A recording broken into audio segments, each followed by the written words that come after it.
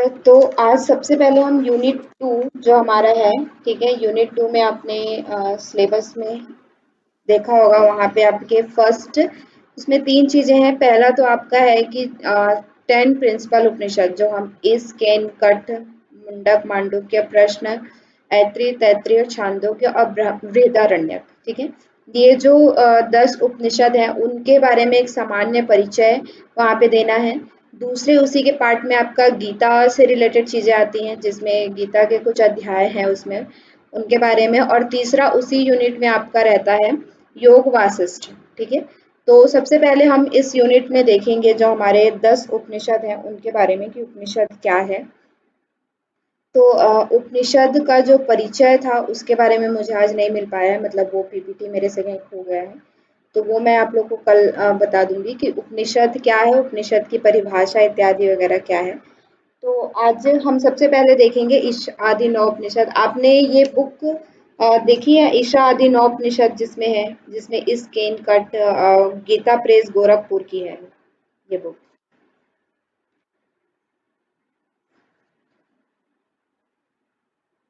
जानते हैं उस बुक के बारे में? जी जी जी, मैंने देखी है वो वाली बुक। हाँ, तो उसी बुक से आपको थोड़ा डिटेल अगर आप पढ़ना चाहते हैं तो उस बुक से आप पढ़ सकते हैं। यहाँ पे हम जो मेन चीज़ें होती हैं उन चीज़ों के बारे में देखते हुए चलेंगे, ठीक है। जो हमारा मेन मेन जिस श्लोक से आता है उनके बारे में हम देखते हुए चलेंगे, ठीक है। तो सबसे पहले तो हमारा क्या है कि आप हर जो उपनिषद है, उपनिषद जैसे हमने उसमें पढ़ा था, तो उपनिषद क्या होता है कि वेदों का सार, वेदांत जिसे हम कहते हैं, ठीक है। तो मतलब क्या है कि सभी उपनिषद कहीं ना कहीं किसी वेद से आया है, किसी वेद के किसी अध्याय से वो निकला हुआ है ना। तो ऐसे ही सभी आप जो 10 उपनिषद देखेंगे वो किसी न किसी वेद से संबंधित है।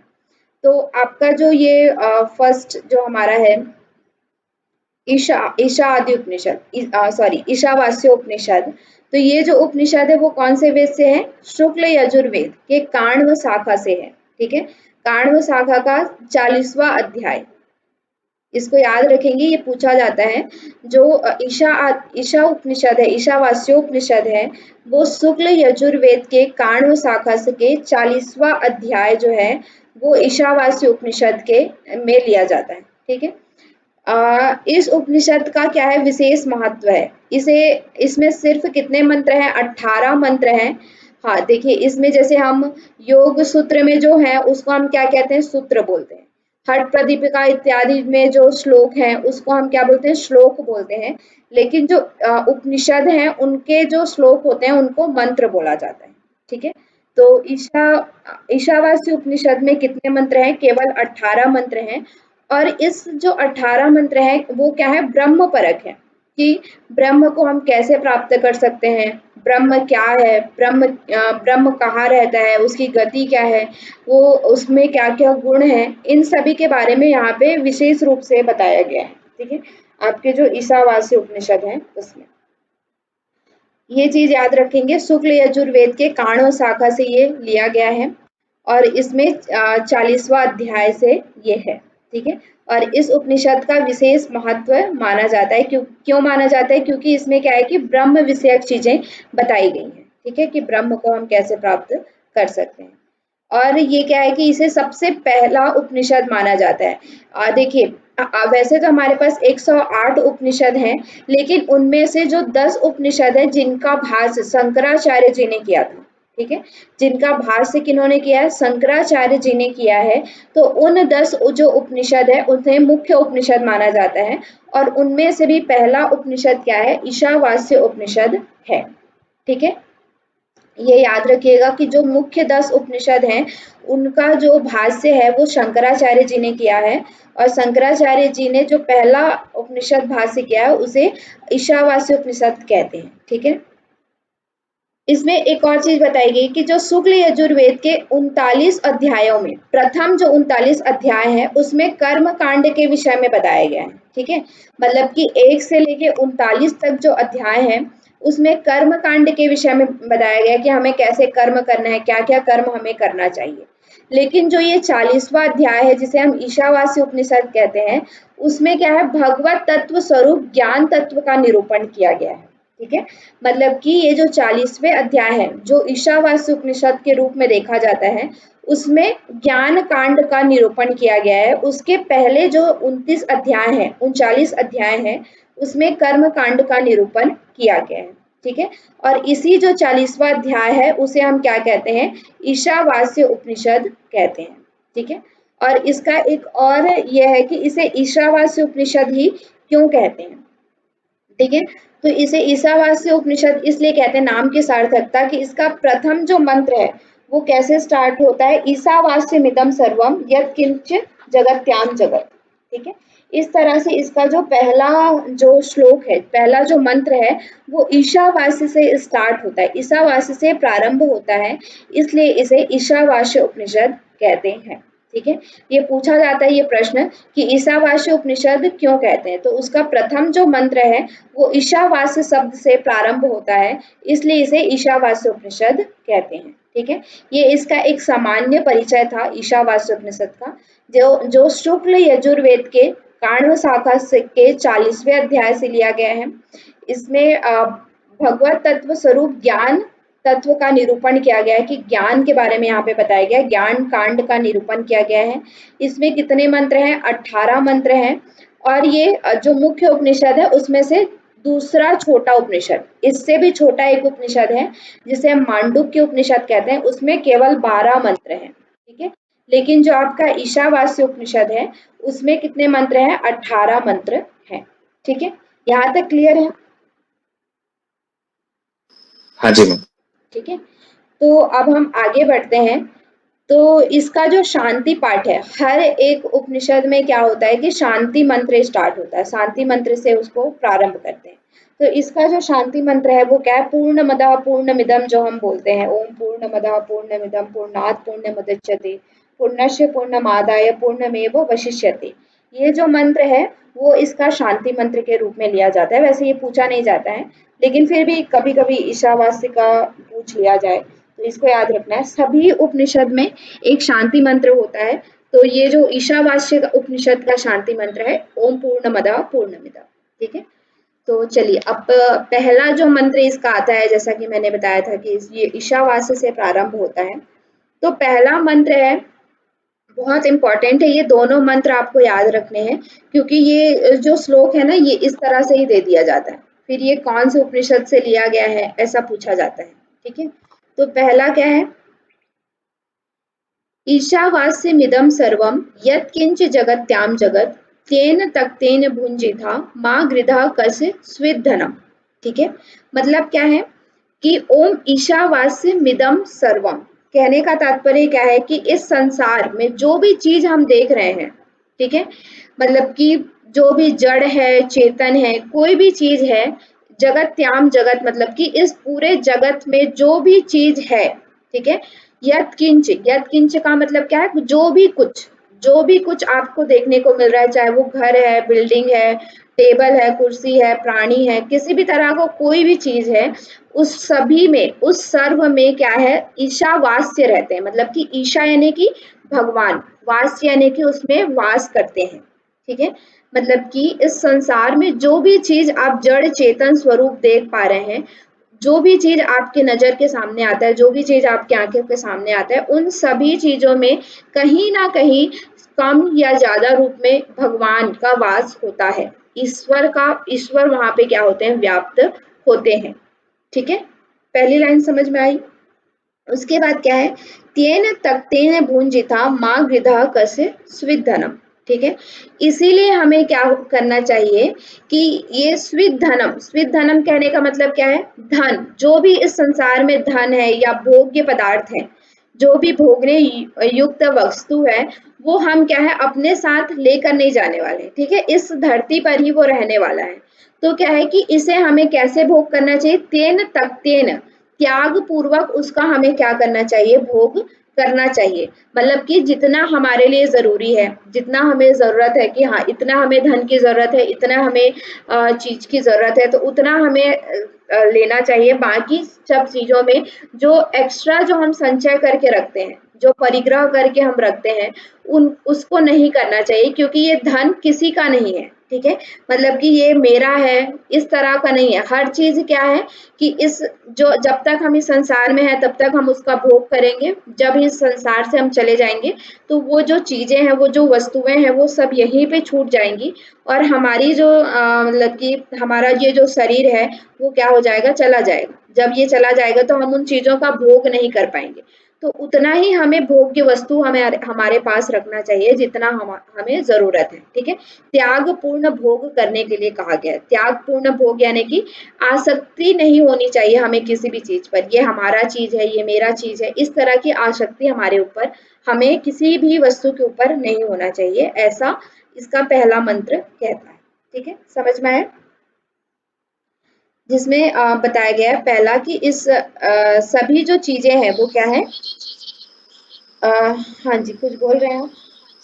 नहीं नहीं, ठीक है, आपने पूछा, जी समझ में आ रहा। अच्छा, हाँ, तो सभी जो चीजें हैं वो ईश्वर द्वारा व्याप्त है। सब जो चीजें हैं उसमें ईश्वर व्याप्त है और इस जो भी चीज हमें इस संसार में दिख रहा है उनका हमें त्याग पूर्वक भोग करना चाहिए, क्योंकि ये भोग के पदार्थ हमारे नहीं है, इस संसार में ही छूट जाने वाले हैं। ठीक है, तो ये पहला मंत्र इसमें कहता है। दूसरा मंत्र कह रहा है कि कुर्वन्नेवेह कर्माणि जिजीविषेशतम समः एवं त्वयि नान्यतो अस्ति न कर्म लिप्यते नरे। ठीक है, मतलब कि क्या है कि कुर्वन्नेवेह कर्माणि जिजीविषेशतम क्षमा, मतलब समः, मतलब क्या है कि हमें इस संसार में ऐसा नहीं है कि हम बिना कर्म किए हुए संसार में रह सकते, हमें कर्म तो करना ही पड़ेगा। ठीक है, मतलब कर्म तो हमें करना ही है, हमें इस संसार में जब तक हम जीवित हैं हमें कुछ ना कुछ कर्म करना ही है। लेकिन वो कर्म हमें कैसे करना है, उसमें आसक्त ना होकर के या उसके प्रति हमारी आसक्ति ना होकर के। ठीक है, मतलब कि त्याग पूर्ण कर्म करना है, किसी भी कर्म में हमें आसक्ति नहीं होनी चाहिए, ऐसा हमें कर्म करना चाहिए। और ऐसा कर्म करते हुए हमें क्या है, या शास्त्र नियत कर्म, एक तरह से क्या कहें, शास्त्र नियत कर्म कहने का क्या मतलब है, हम जो हमने जो दर्शन पढ़े तो मीमांसा दर्शन और वेदांत दर्शन, वहां पे कर्म के बहुत सारे प्रकार बताए गए थे कि हमें कैसा कर्म करना चाहिए। प्रायश्चित कर्म है और काम्य कर्म है, ठीक है, और प्रारब्ध कर्म है, संचित कर्म है, इस तरह के बहुत सारे कर्म के बारे में वहां पे बताया गया था कि हमें कौन से कर्म करने चाहिए। गीता में भी हमने देखा कि गीता में कर्म, विकर्म और अकर्म, कौन से कर्म योगी को करने चाहिए, कौन से कर्म नहीं करने चाहिए, कौन से कर्म त्याग योग्य है, कौन से कर्म हमें करने चाहिए। तो इस तरह के बहुत सारे कर्म जो शास्त्रों में बताए गए हैं। ठीक है, तो उन शास्त्रों के नियत कर्म हमें करना चाहिए कि ये हमारा जो है ये कर्तव्य कर्म है, ऐसा कर्म हमें करना चाहिए, मतलब कि हमें किसी के साथ ईर्ष्या द्वेष नहीं रखना चाहिए, है ना, और कोई भी कर्म हम कर रहे हैं उसमें हमारी आसक्ति नहीं होनी चाहिए। तो इस तरह का कर्म हमें करना है। शास्त्रों में जो हमें कर्म बताया गया है उस तरह का कर्म, चोरी बेईमानी इत्यादि हमें नहीं करना है, हिंसा इत्यादि नहीं करना है, अहिंसा का पालन करना है। इस तरह के कर्म, जो बहुत सारे कर्म हमारे शास्त्रों में बताए जाते हैं, उस तरह से हमें कर्म करना चाहिए। ठीक है, और क्या है, जो भी हम कर्म कर रहे हैं उसमें लिप्त नहीं होना चाहिए। जैसे हम गीता में भी कहा जाता है ना कि जो भी हम कर्मण्येवाधिकारस्ते मा फलेषु कदाचन, मतलब कि कर्मों पर आपका अधिकार है, उसके फल पर नहीं। तो हम क्या है, हम जो भी कर्म करते हैं तो हमारे साथ एक हमारा मन होता है कि हमने ये कर्म किया तो हमें ये फल मिलेगा, हमें फल के साथ आसक्ति हो जाती है कि हमने अगर किसी को दान दिया है तो दान का हमें पुण्य मिलेगा, हमने अगर किसी की मदद की है तो उसका हमें पुण्य मिलेगा। इस तरह का हमारे कर्म के साथ जो हमारी आसक्ति हो जाती है, तो उस तरह की आसक्ति हमें नहीं करना है कर्म के साथ। ठीक है, कर्म के जो भी हम कर्म कर रहे हैं उसे बिना आसक्ति के, बिना उसमें किसी तरह का मतलब कि लगाव नहीं होना चाहिए कि हमने जो कर्म किया है तो उससे हमें ये फल मिलेगा। इस तरह का लगाव ना रखते हुए हमें कर्म करना चाहिए, और ऐसे कर्म करते हुए हमें 100 वर्ष तक जीने की इच्छा करनी चाहिए। ठीक है, तो यहाँ पे 100 वर्ष तक जीने की इच्छा करने के लिए कहा गया है, जिसमें 100 वर्ष में हमारा फिर यहाँ पे बताया जाता है कि किस तरह से हमें 100 वर्ष जीना है ना, मतलब कि क्या कहते हैं उसको, जो हमारे 100 वर्ष में 25 वर्ष का ब्रह्मचर्य, 25 वर्ष का हमारा जो गृहस्थ आश्रम, फिर वानप्रस्थ और संन्यास, इस तरह से 25-25 वर्ष में इसको डिवाइड करके क्या है, जीने के लिए कहा गया है। ठीक है, तो ये 2 श्लोक जो है वो बहुत इंपॉर्टेंट है आपके। फिर यहाँ पे जो है आपका मेन क्या क्या है इम्पोर्टेंट, देखिए कि जब आप सिलेबस देखेंगे, सिलेबस आपके पास है ना हार्ड कॉपी में? हाँ जी। तो उसमें आप देखेंगे तो कर्मनिष्ठ की अवधारणा बताई गई है, पर ब्रह्म का स्वरूप बताया गया है, आत्मज्ञान, आत्मानुभूति बताई गई है, ब्रह्म ज्ञान कैसा है, और शरीर की नश्वरता, अग्नि इत्यादि का यहाँ पे मतलब कि आपको देखने को मिलेगा। ठीक है, तो ये जो 18 मंत्र है उसका डिवाइड किया गया है। 1 से 3 तक कर्मनिष्ठ की अवधारणा है, 4, 5 और 8 जो है वो ब्रह्म के स्वरूप का निरूपण है, फिर 7 और 6 और 7 जो है वो आत्मज्ञान, आत्मानुभूति है, 15-16 जो है जिसमें ब्रह्म ज्ञान के बारे में बताया गया है, 17 और 18 जो है जिसमें शरीर की नश्वरता के बारे में बताया गया है। ठीक है, तो इस तरह से यहाँ पे बताया जाता है। तो कर्मनिष्ठ की अवधारणा में आपका क्या है, निष्काम कर्म करना है, और कर्म करते हुए हमें क्या है, 100 वर्ष तक जीने के लिए मतलब इच्छा करनी है, जिसमें 100 वर्ष में आपका बताया गया है कि ब्रह्मचर्य 25 वर्ष का होगा, 25 वर्ष गृहस्थ का होगा, 25 वर्ष वानप्रस्थ का होगा और 25 वर्ष संन्यास का होगा। ठीक है, और कर्म कौन कौन से कर्म हमें करना है, यज्ञ, दान, तप, इस तरह के कर्म हमें जो शास्त्रों में जो कर्म बताए गए हैं उस तरह का कर्म, और उन कर्मों में किसी भी तरह की कामना नहीं है। अगर हम यज्ञ कर रहे हैं तो किसी कामना की पूर्ति के लिए नहीं, केवल यज्ञ एक धार्मिक कार्य है इसलिए, उसमें कोई आसक्ति नहीं। दान अगर हम कर रहे हैं तो कहते हैं ना कि अगर आपने दान किया तो अगर आपने दाएं हाथ से दान किया तो बाएं हाथ को भी पता नहीं चलना चाहिए। मतलब क्या है कि हम दान का दूसरों के सामने बताते हैं कि ये हमने ये दान किया, हमने वो दान किया, और उस दान के साथ हमारी एक आसक्ति जुड़ जाती है कि हमने दान किया मतलब पुण्य काम किया है, इसका हमें पुण्य फल मिलेगा। तो उस तरह से किसी भी तरह की आसक्ति नहीं होनी चाहिए, तप करना चाहिए, इस तरह से हमें अपना जीवन क्या है, व्यतीत करना है, ऐसा इसमें बताया गया है। ठीक है, ये चीज याद रखना है कर्मनिष्ठ में कि निष्काम कर्म करते हुए 100 वर्ष तक जीवित रहने के लिए कहा गया है। ठीक है,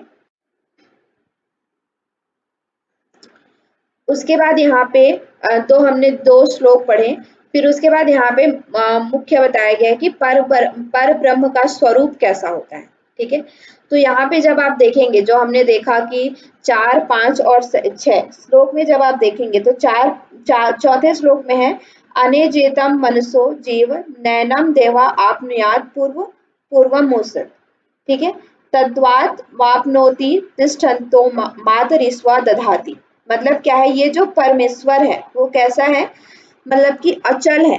ठीक है, अचल कहने का मतलब कि ईश्वर जो है वो अचल है। अचल कहने का तात्पर्य क्या है, यहाँ पे देखिए, यहाँ पे आपको बहुत सारे कंट्राडिक्ट भी मिलेंगे। कंट्राडिक्ट कहने का मतलब है कि विपरीत जो चीजें हैं, जैसे कि यहाँ पे ही देखिए बोला गया है कि अचल है और वो मन से भी अधिक गतिवान है। ठीक है, मतलब जो वो ईश्वर है वो अचल है। अचल कहने का मतलब क्या है कि वो सभी जगह व्याप्त है, इसलिए हम ये नहीं कह सकते हैं कि वो यहाँ से वहां चल के जाता है। जैसे हम सूर्य जो है, सूर्य को हम देखते हैं तो वो कैसा लगता है कि वो है तो एक जगह स्थिर, लेकिन हमें चलता हुआ दिखाई देता है।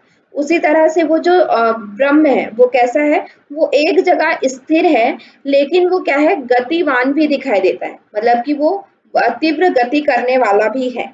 ठीक है, और क्या है, ज्ञान स्वरूप सबको जानने वाला है, मतलब कि वो सभी को जानता है। जैसे कि वो मुझे भी जानता है कि वो मैं क्या कर रहा हूँ, और बाकी उस संसार में जो भी जीव जंतु हैं उन सभी के विषय में वो उनको ज्ञान रहता है कि वो क्या कर रहे हैं। ठीक है, इतने सारे प्राणी हैं, जैसे हम भारत में देखते हैं 140 करोड़ लोग हैं, तो सभी के बारे में उनको ज्ञान होता है कि वो सभी लोग क्या कर रहे हैं।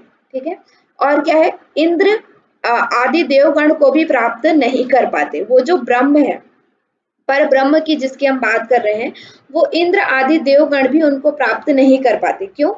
इसके बाद जो हम केन उपनिषद पढ़ेंगे उसमें आप इसके लिए एक कहानी आती है, तो वहां पे हम देखेंगे कि कैसे वो प्राप्त नहीं कर पाते। क्योंकि इंद्र आदि जो देवता गण है वो क्या है कि उनके अंदर एक मतलब अभिमान है कि मैं देवताओं का राजा हूँ। और वायु के अंदर वायुदेव के अभिमान है कि मैं इस पूरे सृष्टि का क्या करता हूँ, वायु का संचारण करता हूँ। ठीक है। अग्निदेव के अंदर ये एक अभिमान है कि मैं ही अग्नि का क्या कर रहा हूँ, उत्पादन कर रहा हूँ। तो जिसके अंदर भी अभिमान होता है, अभिमान कहने का तात्पर्य कि मैं ही सर्व सभी हूँ, मैं ही सब कुछ हूँ, तो उसको ब्रह्म प्राप्त नहीं होते। ठीक है। इसलिए यहाँ पे बताया गया है कि इंद्र आदि देवता गण को भी ब्रह्म प्राप्त नहीं कर पाते, ब्रह्म को प्राप्त नहीं कर पाते, क्योंकि उनके अंदर एक अभिमान होता है, अहम भाव होता है। ठीक है। और क्या है, ब्रह्म ही मातरिस्वा है, ये याद रखिएगा। मातरिस्वा आप, ठीक है, मातरिस्वा यानी कि क्या होता है, वायु। ब्रह्म ही क्या है, वायु है। ब्रह्म ही जल है। ठीक है। और ब्रह्म ही इस संसार में जो भी वस्तु आपको दिख रही है, वायु, अग्नि, जल, पृथ्वी, जो भी वस्तु आप पंच महाभूत इत्यादि जो भी चीजें आपको दिख रही हैं, वो सभी क्या है, ब्रह्म ही है। ठीक है। ब्रह्म के द्वारा ही ये सभी चीजें क्या होती, संचालित होती है। अगर ब्रह्म नहीं होंगे तो वायु देवता, जल देवता, अग्नि देवता, इन सब में भी कोई भी मतलब कि शक्ति नहीं है कि वो अपना कार्य कर सके। सभी में शक्ति देने वाला, जैसे कि हम चल फिर पा रहे हैं, हम सुन पा रहे हैं, हम बोल पा रहे हैं, तो वो सभी चीजों की शक्ति कौन दे रहा है, ब्रह्म ही दे रहा है। ठीक है। मतलब कि ब्रह्म के द्वारा ही हमें ये सारी चीजें प्राप्त हो रही हैं। दूर से भी दूर है और निकट से भी निकट है। जो ब्रह्म है वो दूर से भी दूर है और निकट से भी निकट है। जैसे इसके लिए क्या है कि कस्तूरी मृग, जो आपने सुनते हैं जो हम रामायण में, तो उनके अंदर ही क्या रहता है, वो जो कस्तूरी, जो ये सुगंधित जो चीज होती है, वो उसके अंदर ही रहता है। लेकिन वो क्या है कि वो पूरे वन में ढूंढता रहता है कि ये सुगंध कहाँ से आ रही है, सुगंध कहाँ से आ रही है। तो वो जब इस तरह से जब हम ढूंढते हैं तो क्या है कि वो हमसे बहुत दूर है, वो है तो हमारे अंदर ही, हमारे निकट ही, हमसे सबसे करीब है, लेकिन हम ब्रह्म को ढूंढते हैं बाहर। तो इसलिए वो क्या है कि सबसे दूर है, दूर से भी दूर है, क्योंकि हमारे अंदर है, उनको हम नहीं ढूंढ पा रहे हैं, तो हमें संसार में कहीं भी वो नहीं मिलने वाले, है ना। इसलिए यहाँ पे क्या है कि दूर से दूर बोला गया है और निकट से भी निकट। जब आप जान जाते हैं कि वो जो पर ब्रह्म है वो हमारे अंदर ही है, तो हम क्या है, वो हमारे अंदर मतलब कि हमारे सबसे करीब। ठीक है। इसलिए क्या बोला गया है कि हमसे निकट है। समझ में आ रहा है ना ये चीजें?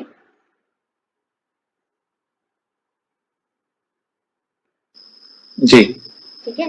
तो मतलब क्या है कि यहाँ पे ब्रह्म के बारे में बताया जा रहा है कि ब्रह्म जो है वो दूर से भी दूर है, निकट से भी निकट है, चलायमान भी है और अचल भी है। ठीक है। और देवता आदि भी इसको प्राप्त नहीं कर सकते। सभी के अंदर ज्ञान का जो स्वरूप है वो है, जगत के अंदर भी है, जगत के बाहर भी है। ठीक है। देखिए इस जगत को हम देखें, मतलब कि जैसे हम पृथ्वी, पृथ्वी में है, मतलब क्या है, हम इस पृथ्वी के अंदर है। लेकिन जब हम पृथ्वी से बाहर निकल के अंतरिक्ष में जाएंगे तो भी पृथ्वी है। ठीक है। लेकिन हम उस समय क्या हो गए, पृथ्वी के बाहर चले गए।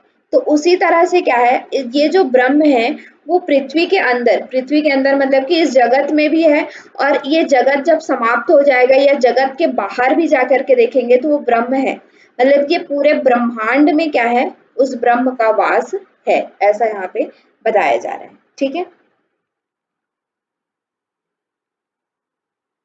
ये जब आप 4, 5, 6 इन सबको देखेंगे तो यहाँ पे आपको मिलेगा। मतलब जब आप ये वाली बुक आप ले लीजिएगा, इसमें आप थोड़ा थोड़ा इसको और डिटेल में पढ़ेंगे तो पता चलेगा। इसमें से प्रश्न बहुत ज्यादा नहीं आते हैं, जो मेन उपनिषद है उसमें से आपके, क्योंकि इस जो यूनिट है उसमें गीता भी है, योग वशिष्ठ भी है और उपनिषद भी है 10। तो बहुत ही कम प्रश्न, इसमें से 4-5 प्रश्न ही आपके आते हैं। पूरे 10 उपनिषद से आप लेके चलिए तो केवल 3, 4 या 5 ही प्रश्न आपके आते हैं 10 उपनिषद से। ठीक है। तो बहुत ज्यादा डिटेल में इसको पढ़ने की जरूरत नहीं है। मतलब ओवरव्यू आपके माइंड में होना चाहिए कि एक जो उपनिषद है उसमें क्या क्या चीजें हैं। ठीक है। और इसके क्या ओवरव्यू होना चाहिए, जैसे कि हम ये पढ़ रहे हैं, है ना, तो आप एक बार श्लोक को बस गो थ्रू करके रखिएगा कि ये इस तरह का श्लोक है। ठीक है, क्योंकि सारे श्लोक तो हम याद नहीं कर सकते, लेकिन कभी कभी क्या होता है, जैसे मेन आपका जो कठ उपनिषद वगैरह है या मुंडक या मांडुक्य उपनिषद है, उनमें से कहीं कहीं से श्लोक पूछ लिया जाता है, श्लोक पूछ के फिर आपसे बोला जाता है कि ये कौन से उपनिषद का है। तो कुछ कुछ उपनिषद में ही ऐसा आएगा, उन जो मेन जो श्लोक हैं उनको भी मैं जब हम पढ़ेंगे तब हम बता देंगे, लेकिन यहाँ से बहुत ज्यादा प्रश्न नहीं आते हैं, तो इतना परेशान होने की इसमें से जरूरत नहीं है। ठीक है, अब देखिए यहाँ पे ना और भी चीज बताई गई है कि ब्रह्म का स्वरूप कैसा है, ब्रह्म क्या है। ठीक है, तो ब्रह्म शुक्र है, शुक्र मतलब कि परम तेजोमय। ठीक है, शुक्र जैसा कि हम देखते हैं, शुक्र क्यों कहा गया उनको, क्योंकि हम देखते हैं हमारे अंदर क्या है, सप्त धातु है। ठीक है, सप्त धातु कौन कौन से हैं, रस, रक्त, मांस, मज्जा, अस्थि, शुक्र, अस्थि, मेद और शुक्र, है ना। तो ये जो शुक्र कहा जाता है हमारे शरीर के अंदर, जैसे कि जैसे हम बोल रहे हैं कि ये जो ब्रह्म है हमारे निकट ही है, तो क्या है कि निकट है मतलब कि हमारे शरीर में ही कुछ ऐसी चीज होगी जिसको हम ब्रह्म कह रहे हैं, है ना। तो वो जो शुक्र है, जिसको हम हठ योग में क्या है, बिंदु इत्यादि के रूप में पढ़ते हैं। ठीक है, बिंदु, अभी हम पढ़ रहे हैं ना कि जो हमारा अमृत का स्राव होता है, हमारे जो ब्रह्म रंध्र है वहां पे अमृत स्थान रहता है, वहां से स्राव हो रहा है। तो वही जो बिंदु है वो क्या है, शुक्र है, वही जो क्या है, ब्रह्म है। ठीक है, उसी को तेजोमय ब्रह्म के रूप में कहा गया है। ठीक है, और क्या है, अकायम यानी कि सूक्ष्म शरीर से रहित, मतलब उन वो केवल क्या है, कारण शरीर है। हम तीन शरीर जो बोलते हैं, स्थूल, सूक्ष्म और कारण, है ना। तो वो जो ब्रह्म है वो क्या है, उसमें ना स्थूल शरीर होता है और ना ही सूक्ष्म शरीर होता है, वो केवल कारण शरीर होता है। कारण शरीर हमारा कैसा होता है, सिर्फ कारण रूप में विद्यमान रहता है। ठीक है, जैसे हम स्थूल शरीर किसको बोलते हैं, हमारा जो ये हाथ पैर इत्यादि जो भी हम स्थूल रूप से देख पा रहे हैं उसे हम स्थूल शरीर बोलते हैं। सूक्ष्म शरीर किसको हम बोलते हैं, जो हम नाड़ी बोल रहे हैं, चक्र बोल रहे हैं, है ना, और इत्यादि जो कंद वगैरह हम जो बोल रहे हैं वो सब क्या है, हमारा सूक्ष्म शरीर के अंतर्गत आता है। उसके ऊपर हमारा एक क्या होता है, कारण शरीर, कारण शरीर जिसे हम ऑरा कहते हैं हमारा, है ना। एक ऑरा होता है हमारा कि किसी व्यक्ति को हम देखते हैं तो हमें समझ में आता है कि उनका ऑरा बहुत अच्छा है, मतलब कि तेजस्वी उनका ऑरा है। जैसे हम भगवान वगैरह में देखते हैं कि उनके पीछे में एक ऐसा गोल चक्र जैसा चलता रहता है, मतलब उनका ऑरा क्या है, बहुत स्ट्रांग होता है। उसी तरह से जो ये ब्रह्म होता है वो क्या है, केवल कारण शरीर में रहता है, ना उनके अंदर सूक्ष्म शरीर होता है ना ही स्थूल शरीर होता है। ठीक है, अव्रणम यानी कि छिद्र रहित, उसमें किसी भी तरह का छिद्र नहीं होता है। जैसे कि हमारे जो हम देखते हैं कि 9 द्वार होते हैं हमारे शरीर में। ठीक है, तो उस तरह से ब्रह्म में कोई छिद्र नहीं होता है। ठीक है, अशास्त्र विरम यानी कि सिरा रहित, कोई स्थूल नहीं, सिराएं नहीं होती। जैसे कि हम जो बोलते हैं हमारे शरीर का प्रारंभ कहाँ से होता है, हमारे पैर के अंगूठे से होता है, समाप्त कहाँ पे होता है, हमारे सर के बाल में होता है ना। तो उसी तरह से जो ब्रह्म है वो कोई उसका स्थूल शरीर नहीं होता है, कोई हम उसका सिर पैर नहीं बोल सकते कि ये सिर है ये पैर है, इस तरह का नहीं होता है। ठीक है, और क्या है, अपाप विधम यानी कि शुभाशुभ कर्म संपर्क शून्य, मतलब क्या है, जैसे कि हम क्या है कि हम शुभ अशुभ कर्म करते हैं, पाप कर्म करते हैं, पुण्य कर्म करते हैं, उनमें आसक्ति होती है हमारी। लेकिन जो ब्रह्म होता है वो ना पाप कर्म करते हैं ना शुभ कर्म करते हैं, वो कोई कर्म तो करते हैं लेकिन उसमें लिप्त नहीं होते हैं, इसलिए वो कर्म रहित होते हैं। ठीक है, और क्या होते हैं, शुद्ध होते हैं यानी कि दिव्य सच्चिदानंद स्वरूप होते हैं। पारियागात यानी कि सभी जगह व्याप्त होते हैं। कवि यानी कि सर्वद्रष्टा होते हैं। मनीषी यानी कि सर्वज्ञ होते हैं और ज्ञान स्वरूप होते हैं। परिभू यानी कि सर्वत्र व्याप्त, यही जो परागात और परिभू एक ही है, सभी जगह व्याप्त होते हैं। स्वयंभू यानी कि स्वेच्छा से प्रकट हो सकते हैं। ठीक है, जहां वो चाहे वहां वो अपना शरीर धारण करके वो प्रकट हो सकते हैं। ऐसे परमात्मा का जो ब्रह्म है उसका स्वरूप इस तरह से होता है। ठीक है, समझ में? ये पूछा जाता है जैसे कि पर ब्रह्म का स्वरूप रहता है, उसमें आपके ये 4-5 वर्ड दे दिए होंगे, जैसे शुक्र होता है, अकाम होता है, अवर्ण होता है और कुछ आपका अलग दिया होगा, तो उसको आपको चूज करना होगा कि पर ब्रह्म का स्वरूप कैसा होता है। ठीक है,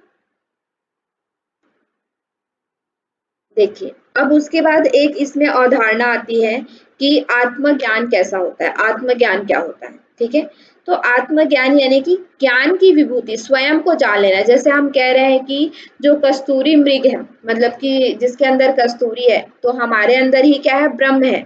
तो उस ब्रह्म को जान लेना ही क्या है, आत्मज्ञान है। कि हम जो ये ब्रह्म है वो बाहर नहीं है, हमारे अंदर ही है। उस चीज को जब हम जान लेते हैं तो वही क्या है, हमारा मतलब कि वही क्या है, आत्मज्ञान है। तो इसको हम कैसे ज्ञान प्राप्त करते हैं, तो क्या होता है, मनुष्य जब संपूर्ण प्राणियों में परमात्मा को और संपूर्ण संपूर्ण प्राणियों में परमात्मा को और संपूर्ण जो परमात्मा है उन्हीं में सभी प्राणियों को देख लेता है। ठीक है, मतलब कि सभी जो प्राणी है उसमें वो परमात्मा को देख लेता है कि ये जो कुत्ता है, बिल्ली है या कोई भी चीज है, उसमें भी परमात्मा का वास है।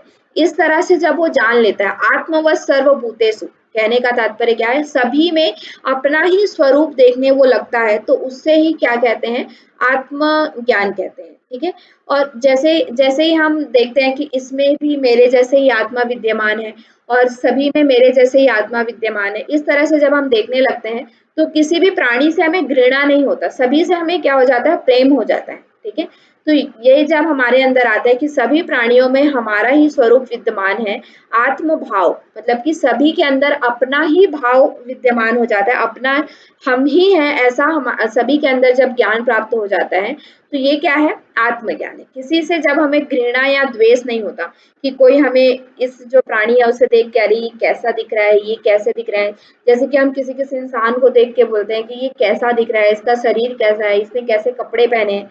इस तरह से जो हमारे अंदर आता है, वो चीज जब हमारे अंदर ना आए और सभी के अंदर हम अपना ही स्वरूप देखने लगे, तो वही क्या है, आत्मज्ञान है। ठीक है, फिर उसके बाद क्या है, मनुष्य को जब परमात्मा साक्षात्कार होता है, परमात्मा का साक्षात्कार होता है कि कैसे परमात्मा है, मतलब कि हम परमात्मा, आत्मा और परमात्मा को, जो हम हर प्रदीपिका में भी पढ़े, घेरन संहिता में भी पढ़ रहे हैं कि आत्मा और परमात्मा का जो मिलन है। ठीक है, मतलब कि जीव और जो परमेश्वर है उनका जब मिलन हो जाता है, साक्षात्कार हो जाता है, उनको हम देख लेते हैं, तो ही उनके अंदर क्या होता है, आत्म भाव आता है। ठीक है, जैसे कि हम तो नहीं कर पा रहे हैं ना आत्मभाव अभी, क्योंकि हमें परमात्मा के साथ हम तादात्म्य नहीं है हमारा, हम सभी में एक जैसा भाव नहीं देख पा रहे हैं। हमें ऐसा लगता है कि ये मेरी चीज है, ये मेरा है, ये तुम्हारा है, ये उसका है, इस तरह से हमें लगता है। लेकिन जब हम देखते हैं, मतलब कि जब हमारा साक्षात्कार परमात्मा के साथ हो जाता है, तो क्या होता है, तब हम क्या होते हैं कि सभी में एकत्व का जो भाव है, कि सभी प्राणियों में एक ही प्राणी का विद्यमान है, सभी में एक ही जैसा तत्व विद्यमान है। इस तरह का भाव कब आता है हमारा, जब हमारा परमात्मा के साथ साक्षात्कार हो जाता है। सभी में एकत्व का भाव, मनुष्य मोह शोक इत्यादि से क्या हो जाता है, रहित हो जाता है और केवल आनंद स्वरूप हो जाता है। ठीक है, मतलब कि जब परमात्मा का जब आत्मज्ञान हो जाता है या परमात्मा के से साक्षात्कार हो जाता है, तो उसके साथ किसी भी तरह का मोह नहीं होता, कोई शोक उसको नहीं रहता है। ठीक है, और वो केवल आनंद स्वरूप हो जाता है, मतलब कि हमेशा आनंद में विद्यमान रहता है। ठीक है, और यही क्या है, आत्म भाव है, यही आत्म साक्षात्कार है, यही क्या है, परमात्मा का साक्षात्कार है। ठीक है, ये जो हम चीजें बोल रहे हैं। उसके बाद यहाँ पे एक और चीज आती है, जब आप ईशावास्य उपनिषद पढ़ेंगे तो वहां पे विद्या और अविद्या दो चीज आती है। ठीक है, तो यहाँ पे कहा जाता है केवल अविद्या की उपासना, केवल विद्या की उपासना। अब देखिए विद्या क्या है और अविद्या क्या है, सबसे पहले हम ये समझते हैं। तो अविद्या मतलब क्या है, जो हम देख रहे हैं, मतलब कि मान लीजिए अभी आप हैं, तो अभी हम क्या कर रहे हैं, धन प्राप्ति के लिए कुछ चीजें कर रहे हैं। ठीक है, तो ये सब जो भी हम सांसारिक चीजें करते हैं, संसार में रह करके जो हम सांसारिक चीजें करते हैं, धन प्राप्ति के लिए चीजें करते हैं, अपने जो परिजन होते हैं, मतलब जो हमारे रिलेटिव्स रहते हैं, संबंधी होते हैं, उनके लिए हम प्रेम इत्यादि का जो भाव होता है ना, और सभी के साथ हम जिससे भी हम मिलते हैं उनके साथ हम क्या करते हैं, एक प्रेम संबंध बनाते हैं कि हाँ इनके साथ हमने मिले। तो हम किसी से भी ये तो नहीं कहते कि आई मतलब कोई आपके सामने आया हम उनसे बात ही नहीं कर रहे हैं, ऐसा नहीं। है ना, हम उनसे बात करते हैं, उनसे हंस के बोलते हैं। तो ये जो भी हम सांसारिक चीजें करते हैं इस संसार में रहने के लिए, जो भी हम सांसारिक चीजें करते हैं अपने आसपास के लोगों के साथ, जो हम संबंध बनाते हैं, वो सब क्या है, अविद्या के अंतर्गत यहाँ पे लिया गया है। ठीक है, जो इसे आप योग सूत्र के अविद्या से रिलेट मत करिएगा, क्योंकि वो अविद्या अलग है। ठीक है, यहाँ पे अविद्या का तात्पर्य है कि जो भी हम भौतिक चीजें करते हैं, भौतिक चीजें मतलब कि धन उपार्जन करने के लिए, या हमारे जो आसपास हैं उनके साथ संबंध बनाने के लिए, या कोई भी हम कर्म करते हैं, ठीक है, तो ये सब क्या है, अविद्या यहाँ पे कहा गया है। ठीक है, और विद्या मतलब क्या है, आध्यात्मिक ज्ञान प्राप्ति के लिए हम कुछ कर्म करते हैं, मतलब कि ध्यान इत्यादि कर्म करते हैं, ब्रह्म की प्राप्ति करते हैं, शास्त्र का अध्ययन पठन पाठन करते हैं। ठीक है, और क्या है, ज्ञान का अनुष्ठान करते हैं, यज्ञ इत्यादि जो हम ये कर्म करते हैं, हमारे गुरुओं के साथ मिलते हैं, उनसे बात करते हैं, उनसे ज्ञान का अर्जन लेते हैं, तो वो क्या है, विद्या के अंतर्गत आता है। ठीक है, विद्या और अविद्या समझ में आया? विद्या क्या है, अविद्या क्या है? ठीक है, यहाँ पे विद्या को आप योग सूत्र की अविद्या से मत लीजिएगा। ठीक है, यहाँ पे अविद्या मतलब कि जो हम भौतिक चीजें करते हैं, लौकिक चीजें जो हम करते हैं, और विद्या मतलब कि पारलौकिक चीजें जो हम आध्यात्मिक ज्ञान प्राप्ति के लिए करते हैं। ठीक है, तो जो व्यक्ति है, ठीक है, मान लीजिए एक व्यक्ति है, वो केवल अविद्या की उपासना कर रहा है, केवल भौतिक ज्ञान प्राप्ति के लिए या भौतिक चीजें कर रहा है, केवल धन उपार्जन की विधि कर रहा है, केवल जो सोशल जो लोग हैं हमारे पास, सामाजिक लोग हैं, उनके साथ रहने के लिए ही केवल कार्य कर रहा है, तो भी वो क्या होता है, घोर अंधकार को प्राप्त करता है। घोर अंधकार कहने का तात्पर्य क्या है, मतलब कि उसे कोई भी ज्ञान प्राप्त नहीं होता, और ये जन्म मृत्यु के चक्र में वो क्या करता रहता है, चलता रहता है। ठीक है, मुक्ति को प्राप्त नहीं होता है। और साथ ही साथ यहाँ पे एक और चीज भी कही गई है, केवल अगर व्यक्ति विद्या का ही उपासना करता है, मतलब कि आध्यात्मिक चीजें ही करता है, ज्ञान अनुष्ठान भी करता है, तो वहां पे भी क्या होता है, घोर अंधकार को प्राप्त करता है। ठीक है, ऐसा क्यों कहा गया है? मान लीजिए आप इस संसार में रह रहे हैं, ठीक है, और संसार में रहते रहते, क्योंकि आप केवल आध्यात्मिक ज्ञान को प्राप्त करने के लिए जा रहे हैं, मतलब कि केवल ध्यान कर रहे हैं, केवल उपासना कर रहे हैं, तो क्या है कि आपको इस संसार में रहना है, तो जीवित भी तो रहना है ना, मतलब जीवित रहने के लिए हमें क्या करना पड़ेगा, भोजन ग्रहण करना पड़ेगा, भोजन के लिए हमें क्या करना पड़ेगा, धन उपार्जन करना पड़ेगा। ठीक है, या धन उपार्जन नहीं कर रहे हैं तो पहले क्या करते थे, भिक्षा इत्यादि मांगते थे। तो भिक्षा मांगना मतलब क्या है, सोशल, जो लोगों के पास जा करके उनके साथ बैठना उठना, एक तरह से, है ना, तो वो चीजें करना। आध्यात्मिक विद्या भी, अगर केवल आप विद्या कर रहे हैं, मतलब कि एक कुटी में जाकर के, एक गुफा में जाकर के बैठ गए, वहां से आप केवल ध्यान कर रहे हैं, तो वो भी नहीं हो सकता। ठीक है, आध्यात्मिक ज्ञान प्राप्त करने के लिए भी आपको कुछ ऐसी चीजें करनी पड़ेंगी, मतलब कि जैसे कि हमने पुरुषार्थ चतुष्टय पढ़ा था। पुरुषार्थ चतुष्टय में क्या होता है, सबसे पहला एक तो होता है धर्म, मतलब कि धर्म रहते हुए भी आपको करना है। फिर क्या है, धर्म के साथ अर्थ भी वहां पे महत्वपूर्ण था, है ना, मतलब कि अगर हम धर्म कर रहे हैं, अर्थ, तो अर्थ भी हमारे लिए महत्वपूर्ण है, काम भी महत्वपूर्ण है, और मोक्ष, अगर आपको मोक्ष, चौथे पाए तक पहुंचना है, चौथी सीढ़ी तक, मोक्ष तक पहुंचना है, तो उसके लिए आपको ये 3 सीढ़ी भी इंपॉर्टेंट है। धर्म भी होना चाहिए, अर्थ भी आपके पास, अर्थ मतलब कि धन इत्यादि भी आपके पास होना चाहिए, और क्या है, काम भी आपके पास होना चाहिए। काम मतलब कि इच्छा, है ना, मतलब कि मोक्ष को प्राप्त करने की इच्छा भी आपके पास होना चाहिए, तभी आप क्या कर सकते हैं, मोक्ष को प्राप्त कर सकते हैं। केवल आप ध्यान कर रहे हैं, ध्यान कर रहे हैं, ध्यान कर रहे हैं, विद्या उपार्जन आध्यात्मिक चीजें कर रहे हैं, तो उससे भी आप क्या है, घोर अंधकार को प्राप्त होंगे, उससे भी आपको कोई मुक्ति प्राप्त नहीं होने वाली है।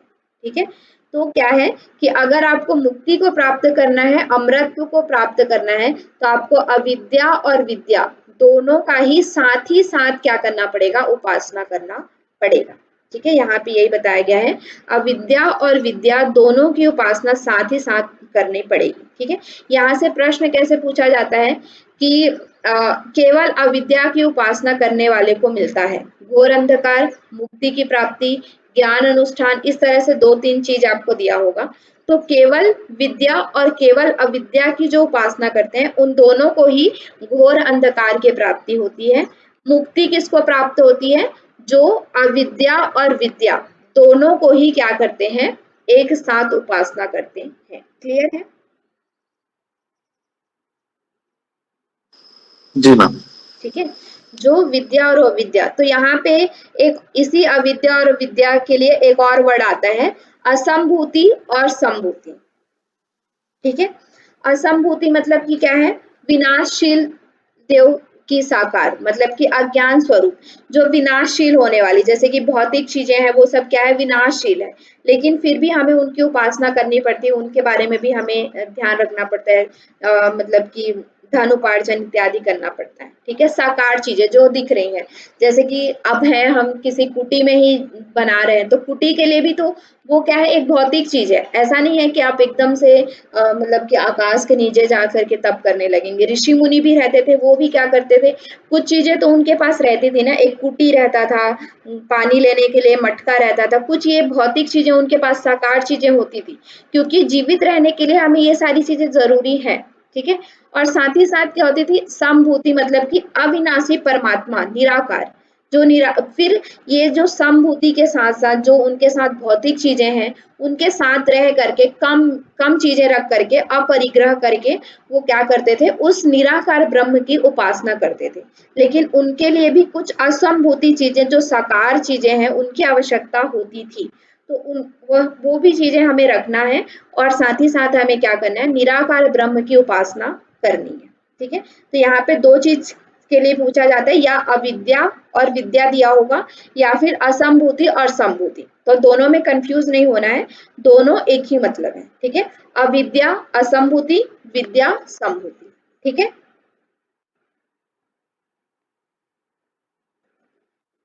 फिर यहाँ पे लास्ट में बताया जाता है कि जब आप असंभूति की उपासना करते हैं तो केवल मृत्यु को प्राप्त करते हैं, घोर अंधकार को प्राप्त करते हैं। और असंभूति और संभूति दोनों के साथ में उपासना करते हैं तो क्या है? मृत्यु के बाद अमरत्व को प्राप्त करते हैं। ठीक है। अमरत्व कहने का तात्पर्य क्या है? मोक्ष, इस संसार बंधन में नहीं चलना, मतलब कि ये जो जन्म चक्र में हम चल रहे हैं, तो उस जन्म चक्र में ना चल के हम क्या होते हैं? अमृतत्व को प्राप्त कर लेते हैं, यानी कि मोक्ष को प्राप्त कर लेते हैं, जब हम अविद्या और विद्या या संभूति और असंभूति दोनों का एक साथ उपासना करते हैं। तो हम इस मृत्यु रूपी चक्र से छूट करके अमृतत्व मोक्ष को प्राप्त करते हैं। ठीक है। फिर नेक्स्ट आपका ब्रह्म ज्ञान के रूप में लास्ट जो आपका 17 और 18 श्लोक है, मंत्र है सॉरी, उसमें बताया गया है कि ब्रह्म कैसा है।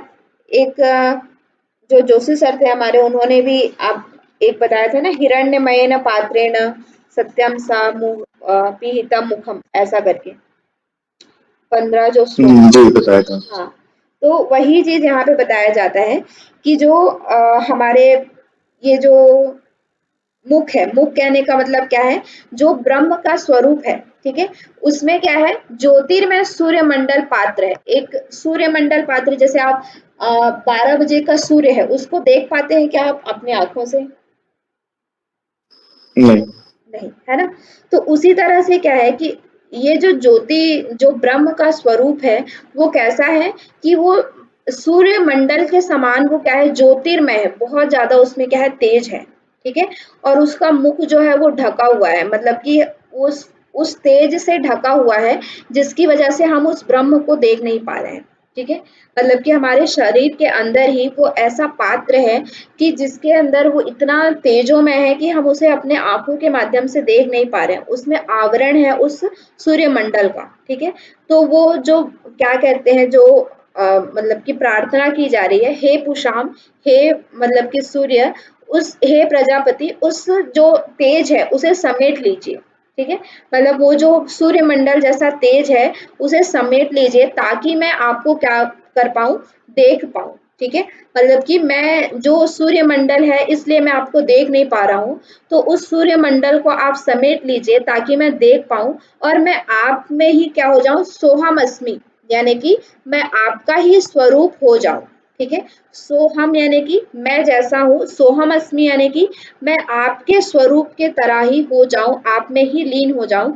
इस तरह की उसमें क्या की जाती है, लास्ट में प्रार्थना की जाती है अंतिम में, जिसमें बताया जाता है कि ये जो आपका जो पात्र है वो इतना तेजोमय है कि मैं आपको देख नहीं पा रहा हूँ, तो इसलिए आप मुझे क्या कर लीजिए, उसे समेट लीजिए और मैं जिससे मैं आपको देख पाऊँ और आपके स्वरूप में ही बन पाऊँ। और मेरी ये जो कुटिल बुद्धि है, ये जो पापमय बुद्धि है जिसमें मैं कर्म में लिप्त हूँ, उसे बचा करके ऐश्वर्य की ओर ले चलिए। ऐश्वर्य मतलब कि जो अष्ट अणिमा हमारा हम देखते हैं, ऐश्वर्य देखते हैं, उनकी ओर ले चलिए। इस तरह से वहाँ पे क्या की जाती है, प्रार्थना की जाती है भगवान से। ठीक है। तो ईशावास्य उपनिषद जो है ना, उसमें आपका मुख्य ये है कि ये जो असंभूति और संभूति की अवधारणा है वो आपका मुख्य है। ठीक है, इसको आप याद रखिएगा, विद्या अविद्या, संभूति असंभूति। और प्रथम जो 2 श्लोक पढ़े हमने वो इम्पोर्टेंट है, और ये जो चीज है आपका ब्रह्म का स्वरूप कैसा है वो आपका यहाँ पे इम्पोर्टेंट। ठीक है, ये मतलब नोट्स मैं आपको भेज दूंगी ग्रुप में, तो इसमें आप लोग देख लीजिएगा। और एक और चीज कि आपका ये जो ईशावास्य उपनिषद है, ईशा आदि 9 उपनिषद, इसकी भी मैं फोटो भेज दूंगी, तो ये भी आप लोग ले सकते हैं। अदरवाइज मैं इसका भी पीडीएफ आप लोग को। जी जी। तो ईशावास्य में देखिए, क्योंकि क्या है ना कि ईशा जो 10 उपनिषद है वो हमारे